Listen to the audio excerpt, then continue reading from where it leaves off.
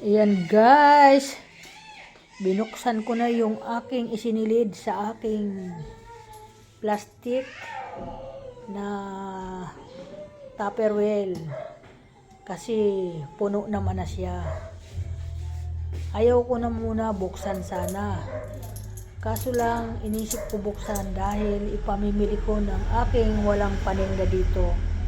So mga coke, lahat ng mga soft drinks, ibibili ko mga sisto, wala na kasi ako. Ito ang ipagbibili ko, di ba? Yan ang sinasabi ko. Kapag nag-ipon tayo, palima-lima, papiso-piso. Kapag naipon yan, ay sama-sama, di ba? Marami na rin yan. Ito, hindi ko alam kung magkano ito. May tag sa 10, mayroon din to. Tig sa 10 ito. Ito puro tigba 20. O, meron na dito yung apo ko na, ito yung kasama ko dito magbilang, yung aking apo. Mahilig nito para hindi siya lumabas ng bahay. Ayan, gumawa ako ng makakalikot niya. O, ayan o, diba? Kasi mahilig to lumabas. Ang init ng panahon ngayon. Mahilig to. Pupunta sa mga kalaro. Ito ngayon ang laruin niya, yung mga barya na yan. O, diba? Magaling ako magpaikot-ikot. Ayan mga guys, bigla kami naabutan ng anak ko na si DC. Sabi niya, "Ma, ang dami yan ah." Sabi ko, "Ikaw kasi di ka marunong mag-ipon eh." Sabi ko, "Kahit papiso-piso man lang, hindi ka nag-ipon. Di sana pag nag-ipon-ipon yan. Marami-rami na rin yan. Kagaya ngayon, may problema tayo sa atin mga bilihin, mga gasolina. Pwede natin magamit itong inipon natin." O diba guys, napakaganda ng ginawa ko. Inano ko lang para hindi ko ito sa ipinagmamayabang. Inaware ko lang mga ibang magkaroon sila ng ganyan.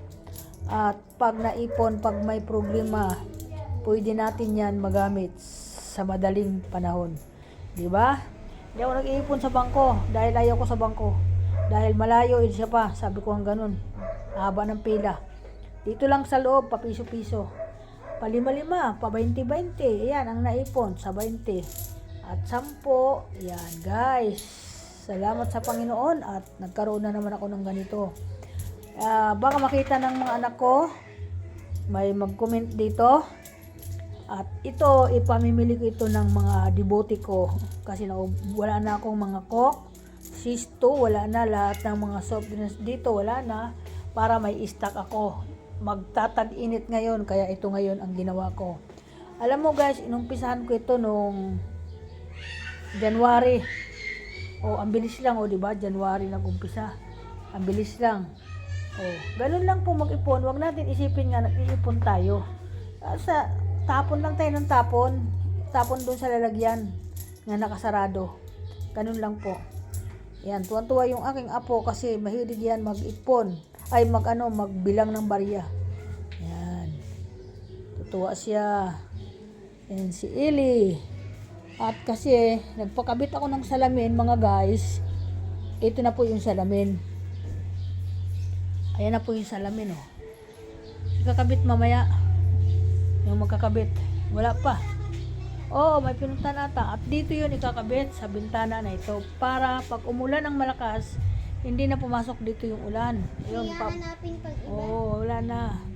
Yan. Kaya ito ngayon ang ginawa ko habang tag-init.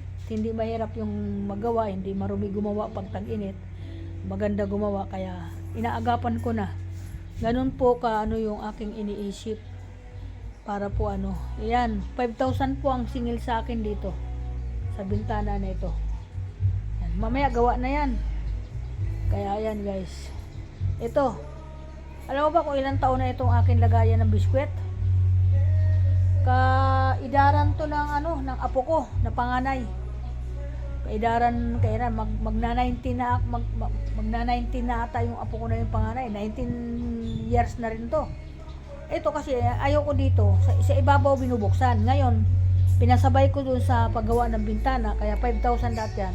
Sa gilid na ang bukasan nito. Kaya gaganda na ito ngayon. Ayun, paglalagyan ko ng biskwit.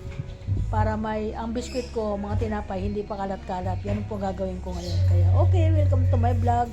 Maraming salamat. Good morning everyone. Welcome to my vlog. Yan, maraming salamat po. Yan.